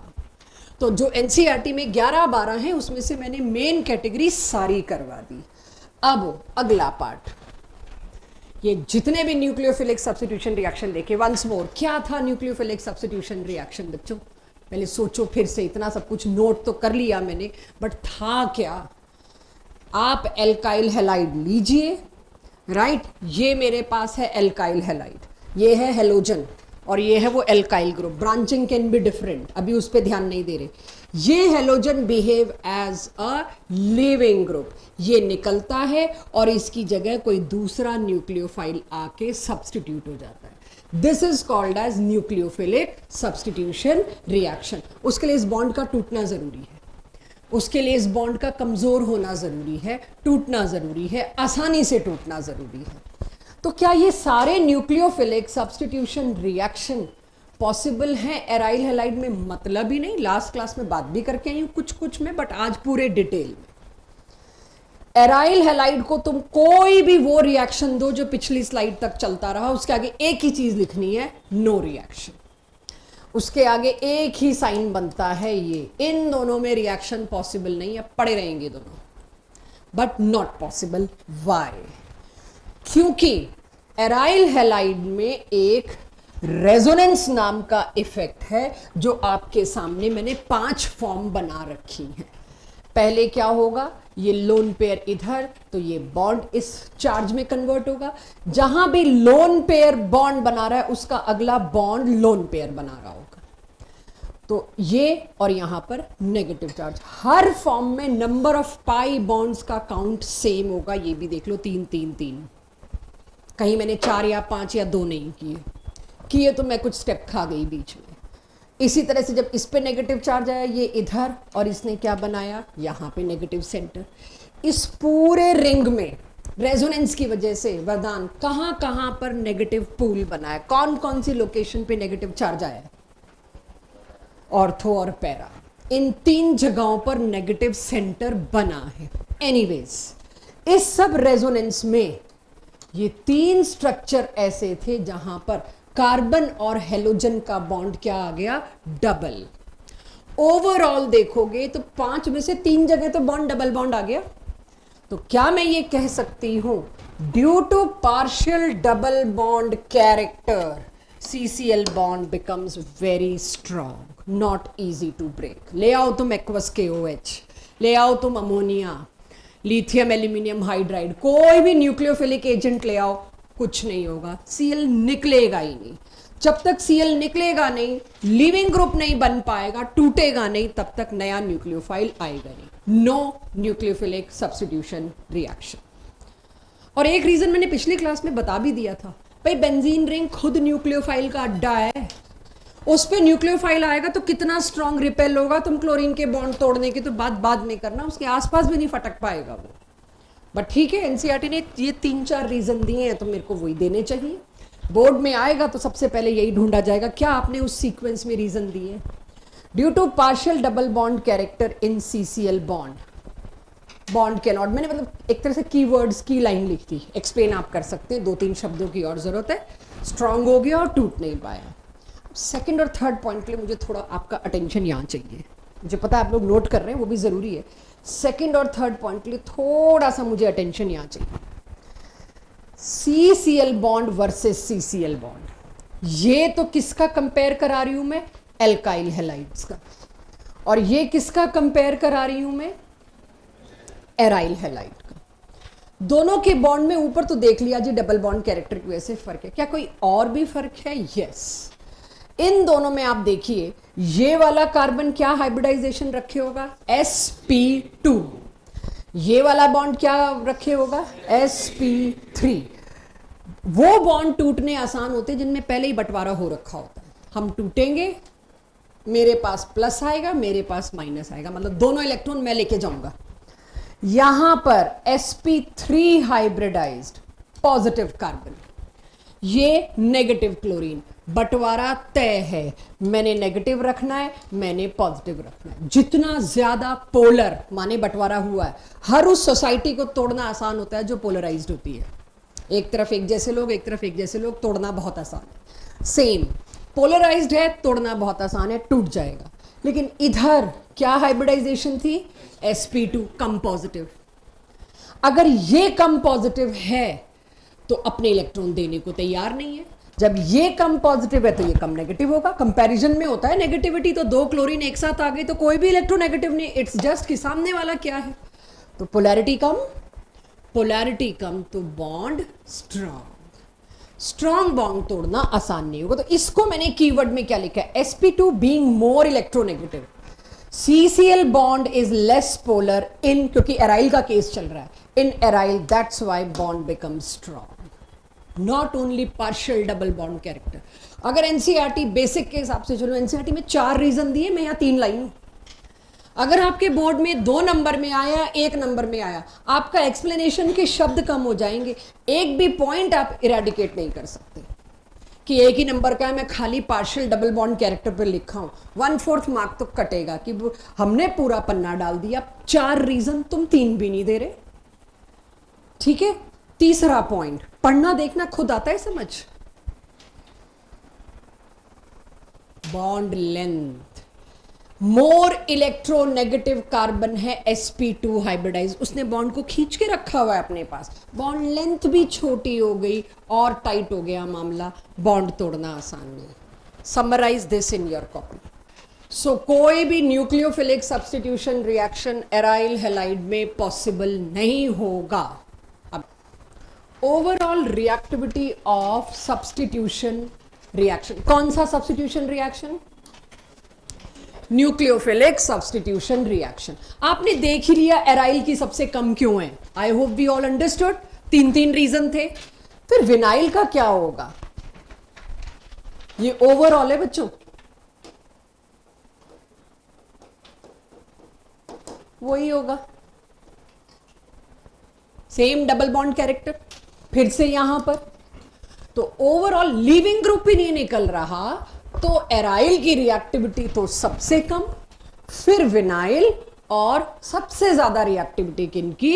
Alkyl halide. तो कल को आप एराइल तो पढ़ गए, एल्काइल भी पढ़ गए, और कोई आपसे विनाइल हैलाइड में KCN का रिएक्शन करा रहा है तो please check, it is not easily possible, नहीं होगा, क्योंकि फिर से वही पार्शियल डबल बॉन्ड कैरेक्टर, उतना नहीं जितना एराइल में था। एराइल में तो 3 फॉर्म में आया था, इसमें आधा आधा आएगा, बट फिर भी आएगा।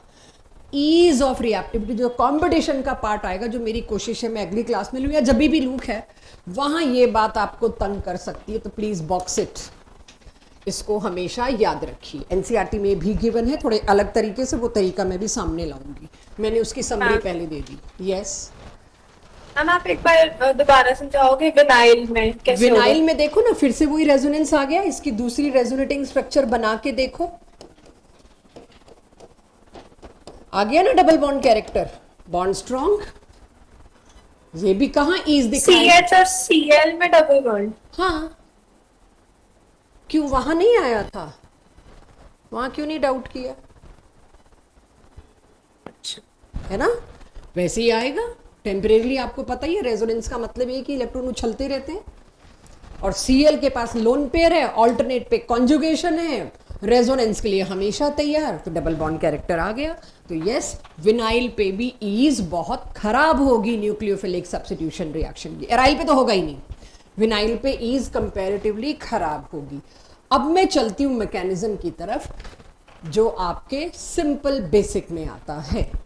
Mechanism of nucleophilic substitution reaction, इसके हैं 2 मैकेनिज्म। आज दूसरा तो मैं नहीं ले पाऊंगी, आज की क्लास का टारगेट ही सिर्फ SN1 है, राइट? तो अब मैं कौन सा मैकेनिज्म ले रही हूं आपके साथ?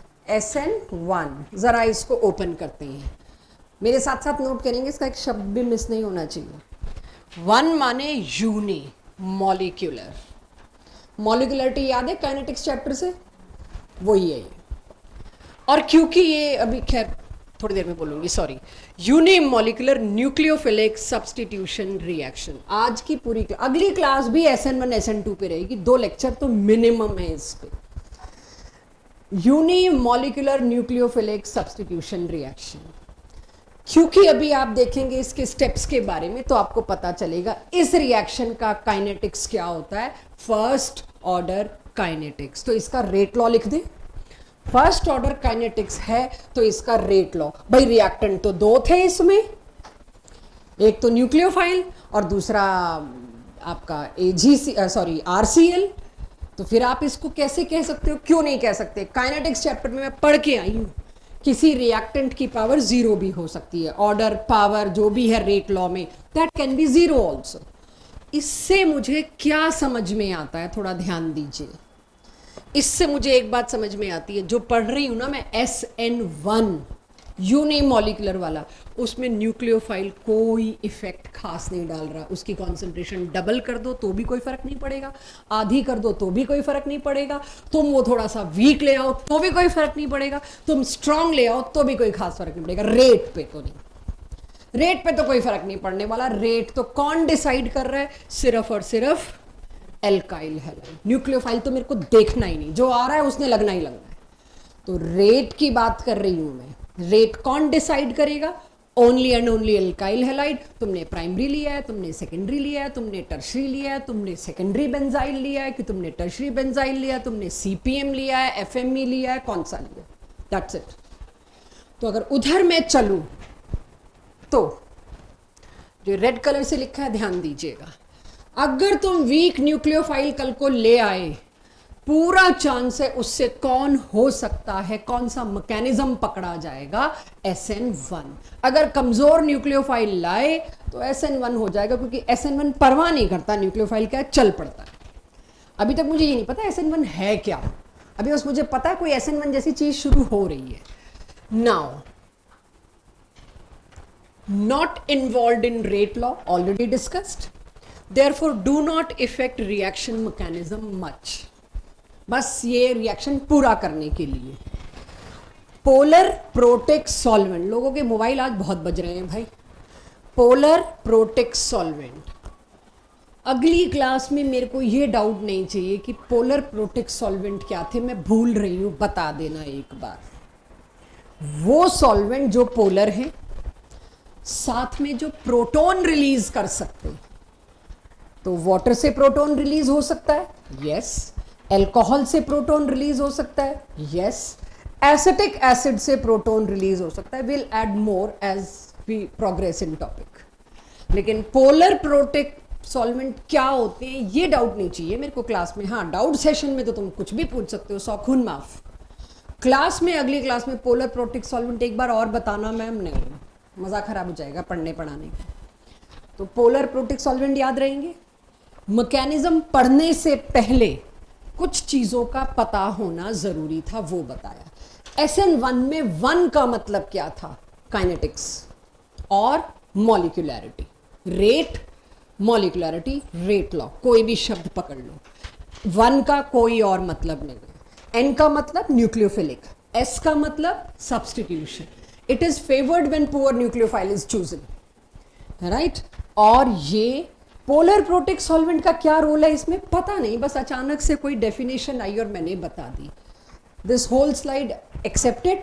अब मैकेनिज्म पढ़ेंगे तो इन चीज़ों का पता चलेगा कि क्यों लिख दिया आपने ऐसा। तो अब आते हैं हम मैकेनिज्म पे, क्योंकि आप लोग नोट करने की वजह से थोड़े से डिस्ट्रैक्ट होते हो। पहले साफ सुथरा नोट कर लो, बोर्ड में आया तो डायग्राम ऐसा होना चाहिए। SN1, 1 का बिल्कुल अलग गया, 2 step. SN1 reaction is always 2 step, एक स्लो एक फास्ट। स्लो जो होगा वो RDS होगा, रेट डिटर्मिनिंग होगा, उसी से रेट लॉ निकाला होगा, उसी से यूनिमोलिकुलर बोला होगा।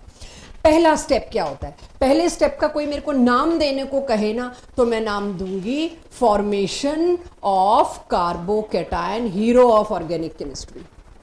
फॉर्मेशन ऑफ कार्बोकैटायन पहले स्टेप का नाम। फर्स्ट स्टेप में because of protic solvent, protic solvent नहीं लिया तो ये एक कोट करने वाली बात है, कुछ और हो सकता है। क्या होगा, शायद SN2, पता नहीं, अभी मैंने कमेंट नहीं किया इसलिए लिखना मत। I need favourable conditions to perform this reaction. And मैं आपके सामने जब आपके बोर्ड में ये क्वेश्चन आए और आप मैकेनिज्म दो तो देखोगे एनसीईआरटी ने यही एग्जांपल लिया है। क्यों? Most favourable condition to go for SN1, to choose for SN1 is these. वो बाद में पता लगेगा क्या होगा मैम, पोलर की जगह हम नॉन पोलर ले आए, प्रोटिक की जगह हम ए प्रोटिक ले आए, वो सब अगली क्लास। अभी आप अगर एक प्रोटिक सॉल्वेंट जैसे वाटर, जैसे अल्कोहल, जैसे एसिटिक एसिड लाते हो, सबसे फेवरेबल हो गया, आप टर्शरी उठा के ले आए। जैसे ही पोलर प्रोटिक सॉल्वेंट देखा, उसका प्रोटॉन आया, प्रोटॉन ने कहा बेटा मैं यहां पर बॉन्ड बनाने को तैयार बैठा हूं, इस बॉन्ड को टूटने को मजबूर किया, HBr को लेके गया, क्या बन गया? Very stable carbocation, that is, तभी मैंने टर्शरी लिया। तभी मैंने कहा अगर बोर्ड में आए ना गलती से भी ये डैश वैश प्राइमरी में मत दिखा जाना, क्योंकि अगली क्लास में पता चलेगा प्राइमरी में SN1 होता ही नहीं है, और तुम अपने बोर्ड में आए और SN1 में प्राइमरी बना दिया। आलस में कौन प्लान करे C3H7 C2 H5 CH3? मैंने क्यों नहीं एक H लगाया, क्यों इतना झंझट लिया, सेकेंडरी क्यों बनाया? क्योंकि SN1 होता ही टर्शरी में है, और तुम SN1 दिखाते वक्त यहाँ प्राइमरी कर देते तो वहीं से मूड ऑफ हो जाना था चेक करने वाले का कि क्या दूं अब इसको। सो टर्शरी के अंदर आपने प्रोटिक सॉल्वेंट के सपोर्ट से पहले तो क्या किया, बॉन्ड को तोड़ा और कार्बोकेटायन बना होगा। This is rate determining step. इससे काइनेटिक्स आएगा। कहीं न्यूक्लियोफाइल है सीन में, तभी पावर 0 थी। न्यूक्लियोफाइल वीक लाओ स्ट्रॉन्ग लाओ, ये स्टेप तो कुछ फर्क ही नहीं पड़ रहा। The moment carbocation is formed, उसके बाद हुआ कि भाई अब तो मेरे को स्टेबिलिटी चाहिए, अब मेरे को कोई नेगेटिव चीज चाहिए। सॉल्यूशन में घूम रहा था कुछ नेगेटिव न्यूक्लियोफाइल, अब आया मैदान में, वीक हो स्ट्रांग हो लेस हो मोर हो, वो न्यूक्लियोफाइल आया और अटैक किया। क्या मेरे को पता है कार्बोकेटायन प्लेनर होता है? तो attack can be from above the plane, attack can be from below the plane. अब अगर आप लोग देखें ध्यान से, ये मैंने इसीलिए पहले नोट कराया था कि मैं यहाँ पे बहुत कुछ करने वाली हूँ। ये अगर मैं इसको एक छाते की तरह देखूं, देख सकती हूँ, आजकल तो मौसम भी है, देख सकते हैं इसको छाते की तरह। और मैं आपको कहती हूँ ये छाता, इसमें जो नेगेटिव था ब्रोमीन, जो यहाँ पर सब्स्टिट्यूट होने वाली चीज थी, न्यूक्लियोफाइल था, लिविंग ग्रुप था, वो इस छाते के हैंडल पे था। अब जो बन के आई चीज अब प्लेनर हो गया, तो मुझे पता है ऊपर से भी अटैक हो सकता है, या कह लो इसके हिसाब से चलूं तो न्यूक्लियोफाइल सेम उस जगह से भी अटैक कर सकता है जहां ब्रोमीन लगा हुआ था, या न्यूक्लियोफाइल इधर से भी अटैक कर सकता है ब्रोमीन के जस्ट ऑपोजिट। लेकिन छाते का डंडा तो न्यूक्लियोफाइल ही रहेगा, तो यहां पर तो डंडा ये रहा। और अगर इसने ऑपोजिट डायरेक्शन से अटैक किया होता तो देखिए छाता उल्टा हो गया। इसे कहते हैं इन्वर्जन ऑफ कॉन्फ़िगरेशन। पहले अगर डेक्स्ट्रो था तो पक्का ये क्या होगा, लीवो। और जहां छाता सेम रहा उसको क्या कहते हैं, retention of configuration. One is retention, other is inversion. NCERT कहती है SN2 मैकेनिज्म में दोनों 50-50% होंगे, यानी रेसिमिक मिक्सचर मिलेगा। एनसीईआरटी वाले बच्चों के लिए 3 डेफिनेशन आ गई, what is retention, what is inversion, what is racemisation. Properly NCERT में दो लाइन तीनों के लिए लिखी है। Inversion means if configuration of product is inverted as compared to reactant, यानी डेक्स्ट्रो लीवो बन जाए या लीवो डेक्स्ट्रो बन जाए, और रिटेंशन सेम रहे। रेसिमाइजेशन क्या, जो 2 प्रोडक्ट बने उसमें 50% कॉन्फ़िगरेशन रिटेन हुई, 50% कॉन्फ़िगरेशन इन्वर्ट हुई, उसको कहते हैं रेसिमाइजेशन। ये बात कहती है एनसीईआरटी। लेकिन जब मैं अपना कंपटीशन जोन में जाऊंगी तो यहां थोड़ा सा कॉन्ट्राडिक्शन है। इस रिएक्शन में for JEE NEET we get net inversion. Inversion थोड़ा ज्यादा होता है, नेक्स्ट क्लास में लाऊंगी कितना ज्यादा। 63% इन्वर्जन होता है, 50% नहीं। तो वो डिटेल पूरा फिर इन्वर्जन की कैलकुलेशन वो सब नेक्स्ट क्लास में आएगा। अभी बेसिक, अगर मेरे को यहां पर अपने कंपटीशन के पॉइंट ऑफ व्यू से आंसर देना है, please no racemisation at all. इसमें पार्शियल रेसिमाइजेशन होता है, नेट इन्वर्जन होता है, इसको आप पार्शियल रेसिमाइजेशन भी कह सकते हैं।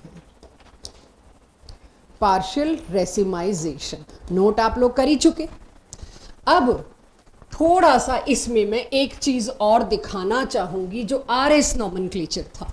जब किसी कार्बन पे चारों ग्रुप अलग होते हैं वो कायरल होता है, तभी अबव और बिलो द प्लेन, तभी स्टीरियोकेमिस्ट्री की बात आती है, तभी डेक्स्ट्रोलीवो की बात आती है और तभी ये सब आता है। इफ जो चार आपने ग्रुप लगा रखे हैं उनको प्रायोरिटी ऑर्डर में लगाएं, जिसका मॉलिक्यूलर मास सबसे नंबर 1, उसके बाद जो नेक्स्ट आता है 2, फिर 3 और लास्ट में अक्सर हाइड्रोजन मिलेगा आपको अक्सर। अब मैं यहां आपके सामने प्रायोरिटी ऑर्डर लगा रही हूं। सपोज ये न्यूक्लियोफाइल जो था, सपोज वो OH था, तो ऑक्सीजन का मास ज्यादा होता है कार्बन का, फर्स्ट अटैच्ड एटम कार्बन का कि कार्बन का, ऑक्सीजन का, तो मैंने ऑर्डर में 1 किसको रखा, न्यूक्लियोफाइल। उसके बाद अब ये तो तीनों ही कार्बन है, तो फर्स्ट अल्फाबेट मैच कर गया तो मैं सेकंड पे जाऊंगी, तो कुल मिला के यहां तो तीसरे नंबर तक भी मेरे को कार्बन मिलता जाएगा, तो सेकंड ऑर्डर में ये आ जाएगा लिस्ट में, सेकंड प्रायोरिटी में।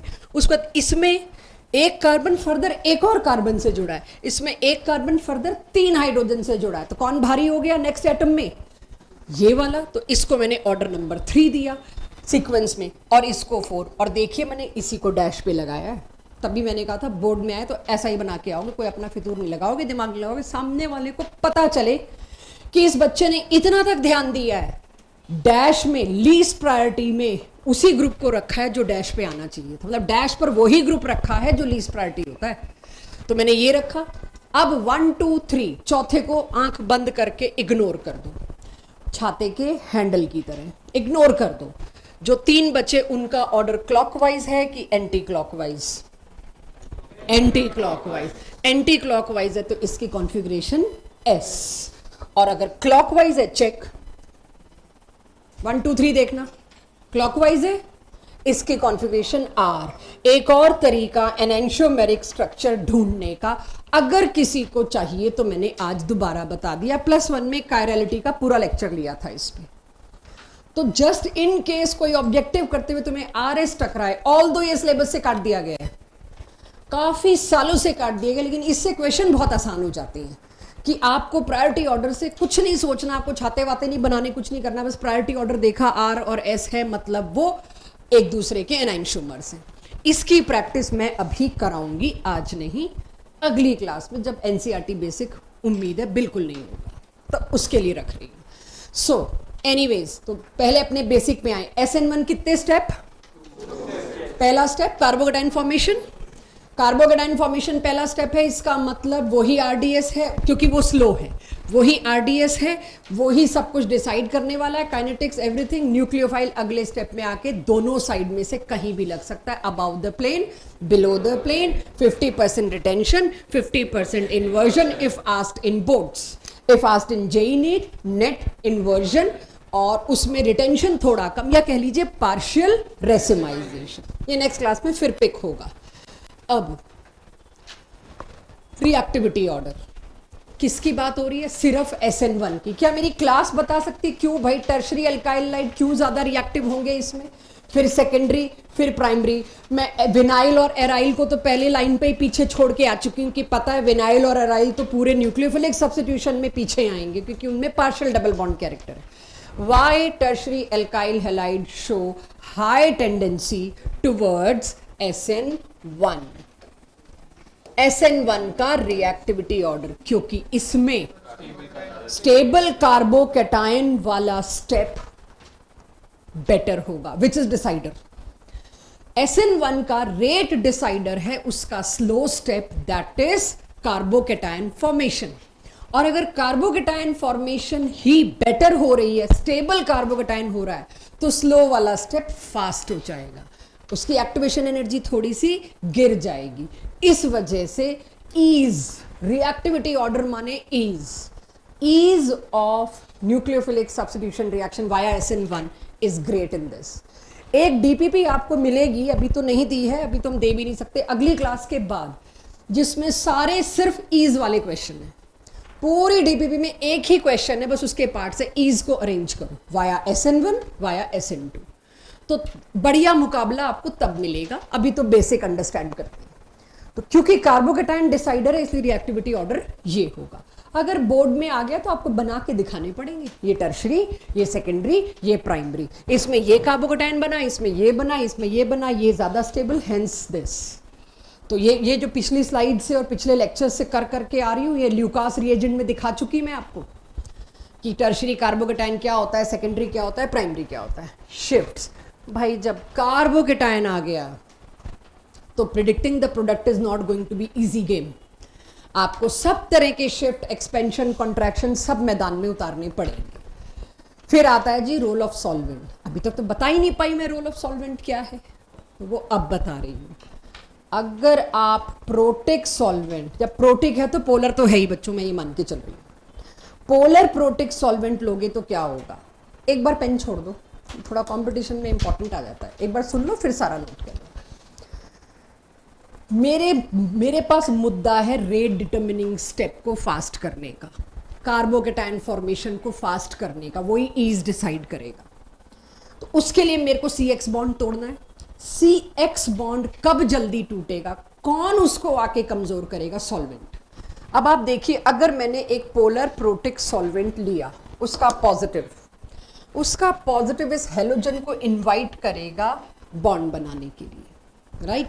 इसका हेलोजन इस पॉजिटिव पार्ट से इनवाइटेड फील करेगा कि मेरे पास वहां बॉन्ड बनने का स्कोप है। हाइड्रोजन बॉन्ड जैसा अट्रैक्शन लग रहा है, आयन डाइपोल अट्रैक्शन, ये तो पूरा आयन बन जाएगा, और ये डाइपोल है नेगेटिव एंड, उसको अट्रैक्ट करेगा तो यहां से वो वीक होगा तो वो HCl बना के निकल गया। लेकिन सिर्फ इतना ही नहीं, जो कैटायन बनेगा उस कैटायन को भी इसका नेगेटिव हिस्सा आके केज की तरह घेरने की कोशिश करेगा स्टेबलाइज करने के लिए। तो पोलर सॉल्वेंट दो काम कर रहा है, इस बॉन्ड को कमजोर करने के अलावा कार्बोकेटायन को भी स्टेबलाइज कर रहा है। बोथ वर्क, एसर्शन रीजन में याद रखना, इट डज टू वर्क। एक तो वीकनिंग ऑफ दिस बॉन्ड, एक स्टेबलाइजिंग कार्बोकेटायन। अब कर लीजिए नोट जो कर रहे थे इस पूरी स्लाइड को। रिएक्टिविटी मैं पहले ही बता चुकी हूं, आप लोगों के साथ बहुत बार हो गई तो मैं डिस्कस नहीं कर रही। रेदर बता दो श्रेय, क्यों RI सबसे ज्यादा रिएक्टिव, फिर RBr, फिर RCl, फिर RF। NCl साइज आयोडीन का इतना बड़ा, बॉन्ड लेंथ लंबी, या कह लो साइज कंपैटिबिलिटी, R है इतना और I है इतना, बॉन्ड वीक। अब बॉन्ड वीक की जगह एक स्मार्ट वर्ड लाइए, bond dissociation enthalpy. Bond dissociation enthalpy कम, इसीलिए RI जल्दी टूटेगा। ये जो केज लाइक स्ट्रक्चर आपने बताया, मैंने केज लाइक स्ट्रक्चर नहीं बोला, मैंने सिर्फ ये बोला न्यूक्लियोफिलिक पार्ट जो है सॉल्वेंट का नेगेटिव हिस्सा। देखो पोलर सॉल्वेंट लेने का मतलब क्या होता है एवरीवन। अगर मैं यहां पर एक कार्बोकेटायन को थोड़ी देर के लिए जिंदा रखना चाहती हूं और इसके चारों तरफ एक पोलर सॉल्वेंट आ जाए जैसे कि water, cage like word is wrong, just वैसे ही बोला मैंने। तो वाटर के पास O नेगेटिव नाम का हिस्सा है, वो उसको वीक वैंडरवाल फोर्सेस से घेर के थोड़ी देर के लिए जिंदा रख सकता है, स्टेबलाइज कर सकता है, ये बोलना चाहिए। लास्ट में बॉन्ड तो एक ही बनेगा ना OH के साथ। ये कोई बॉन्ड थोड़ी है, वैंडरवाल फोर्सेस बॉन्ड कब से होने लग गए। वैंडरवाल फोर्सेस तो इंटरमॉलिक्यूलर अट्रैक्शंस हैं, कार्बन के पॉजिटिव चार्ज को थोड़ी देर के लिए सेटल करने के लिए। इससे कोई नहीं बॉन्ड बन रहा। बॉन्ड इससे बनेगा जब स्ट्रॉन्ग न्यूक्लियोफाइल अगले स्टेप में आएगा, about the plane, below the plane. They are not making bond, solvent is no way in bond. Understood? हाँ जी, अगर न्यूक्लियोफाइल ही OH नेगेटिव हो तब तो बन ही सकता है। तो बेटा तब उसमें फिर मैं ROH लूंगी ना। वो देखो यहां तुम कुछ भी लिख लो, अगर मेरे को सॉल्वेंट का रोल समझाना है तो मेरे को तो समझाना पड़ेगा ना, तुम्हें भी समझना तो पड़ेगा ना। ऐसे कॉम्प्लिकेट क्यों कर रही हो अगर यही वो हो तो? क्या लॉजिक? मैं आपको कह रही हूं मैं सॉल्वेंट लाई वाटर, और न्यूक्लियोफाइल के लिए बेटा मेरे को अकेले वाटर से काम नहीं चलेगा, मेरे को लाना पड़ेगा, जो करा चुकी बट एनीवेज मेरे को लाना पड़ेगा KOH। दोनों सेम कैसे हो सकते हैं? वाटर टूटता ही नहीं इतना, न्यूक्लियोफाइल बनना ही नहीं, तुम्हें पता है डिसोसिएशन कांस्टेंट बहुत कम होता है, ठीक है। सॉल्वेंट का रोल बहुत लेस कवर्ड होगा क्वेश्चन में, लेकिन जिस क्वेश्चन में होगा वो पूरा चांस है गलत होने का। तो सॉल्वेंट का रोल है via weak van der Waals forces carbocation को थोड़ी देर तक जिंदा रखना, राइट। वाटर इज सॉल्वेंट, तभी तो एक्वस KOH बोला मैंने। Water is solvent, KOH is nucleophile provider. वो न्यूक्लियोफाइल प्रोवाइड करेगा और जाके सब्स्टिट्यूट करेगा। ये मैं NCERT इन टेक्स्ट क्वेश्चंस में अचानक कभी भी पूछ लूंगी, ये कवर्ड है पार्ट। अब कब वो देखूंगी, फिर बात करूंगी हमने किया था, आप भूल कैसे गए। आगे चलूं बच्चों, चलिए इतना नोट हो गया। अब इसके क्वेश्चंस होंगे, बहुत डिस्कशन होगा, तब जाके हम बात करेंगे। तो अभी अगेन ये भी एक क्वेश्चन मेरे को मिलता है NCERT में, और वो क्वेश्चन क्या है, चेक। मोर स्टेबल कार्बोकेटाइन मतलब more favourable towards SN1 reaction. ये तय है बात। इसमें जल्दी होगा कि इसमें जल्दी होगा SN1। SN1 की ईज किसकी तरफ ज्यादा होगी, इसकी तरफ या इसकी तरफ? मैंने तो आंसर भी लिख रखा है, और इसके बारे में मैं डिस्कशन कर भी चुकी जब मैं एलाइल बोल रही थी। एराइल और विनाइल अलग केस थे। तो जब हम एलाइल बोलते हैं तो हम ये मान के चलते हैं, आपको पता है एलाइल क्या होता है, पहली क्लास। अगर ये टूटेगा तो कौन सा कार्बोकेटाइन बनेगा? It is resonance stabilised. क्योंकि बनने वाला कार्बोकेटाइन बहुत स्टेबल है, इसीलिए मेरे को ईज कुछ इस तरह से मिली SN1 में। Expect this question in your boards, this type of question. अभी भी नीचे वाला, कहां ईज ज्यादा होगी, विनाइल में कि इसमें? पता नहीं क्या है ये। Ma'am allyl. एलाइल में होगी। अलाइल। अभी भी विनाइल में लग रही है मेरे को भी, पता नहीं वो क्यों अलाइल बोल रहा है। शिवांश 2 मिनट आंसर मत देना प्लीज। आद्या एलाइल में क्यों भाई, विनाइल में क्यों? अभी भी तुम कार्बोकेटाइन बना के तो देखो। आज मैंने सबसे पहले क्या लिखवाया है, लेके चलती हूं कहां लिखवाया है। मैम रुको रुको रुको शिवांश, रुको रुको रुको। विनाइल एल्काइल से भी पीछे है, क्योंकि डबल बॉन्ड कैरेक्टर आ जाता है। और विनाइल मैंने पहले लेक्चर में करा दिया विनाइल क्या है। तो अब अगर आप विनाइल, एलाइल, एराइल शब्दों में कंफ्यूज होते तो मेरा पहला लेक्चर खराब होता है। तो अब विनाइल में तुम कार्बोकेटाइन बना के देखे बिना कोई तुक्का मारने की जरूरत नहीं। चैप्टर स्लो चल रहा है, इस इंटेंट से चल रहा है कि चीजें समझ आने के साथ साथ मसल मेमोरी में आए। तो विनाइल में तो आप सोच के देखो, डबल बॉन्ड वाले कार्बन पे पॉजिटिव चार्ज, sp2 पे positive charge, not happening, not favourable. और उसमें किस पे पॉजिटिव चार्ज आ रहा है? एक तो sp3 पे। ये बहुत ही बकवास रीजन है sp2 sp3। ज्यादा बेटर रीजन क्या है? रेजोनेंस है इसके अंदर। ये रेजोनेंस से स्टेबलाइज्ड है, थोड़ी देर तो जिंदा रहेगा, तो बन ही नहीं पाएगा क्योंकि इसकी तो कोई सीन ही नहीं है, कोई ईजी नहीं है। तो ease of SN1 is this. Yes Shivansh कुछ कह रहे थे इसके लिए। अब आज का तो मैं तो देखो ना क्या मस्त एम्बिशन लेके आई थी, वो तो मुझे भी पता था प्रैक्टिकली नहीं होगा। अगला तो पूरा तुम्हारा GOC रिवीजन मेरे को कराना पड़ेगा। मैं कार्बोकेटाइन स्टेबिलिटी जब तक वो वाली लूंगी तुमसे क्वेश्चन एक भी नहीं होने का DPP का। तो वो सारे केसेस आगे लिस्ट हुए हैं करीबन 20, जिसमें तुम्हारा बेंजाइल, टर्शरी के साथ सेकेंडरी बेंजाइल, एलाइल के साथ टर्शरी आ गया तो किसको, सब दोबारा होगा। ये उम्मीद से कि तुम भूल गए होगे।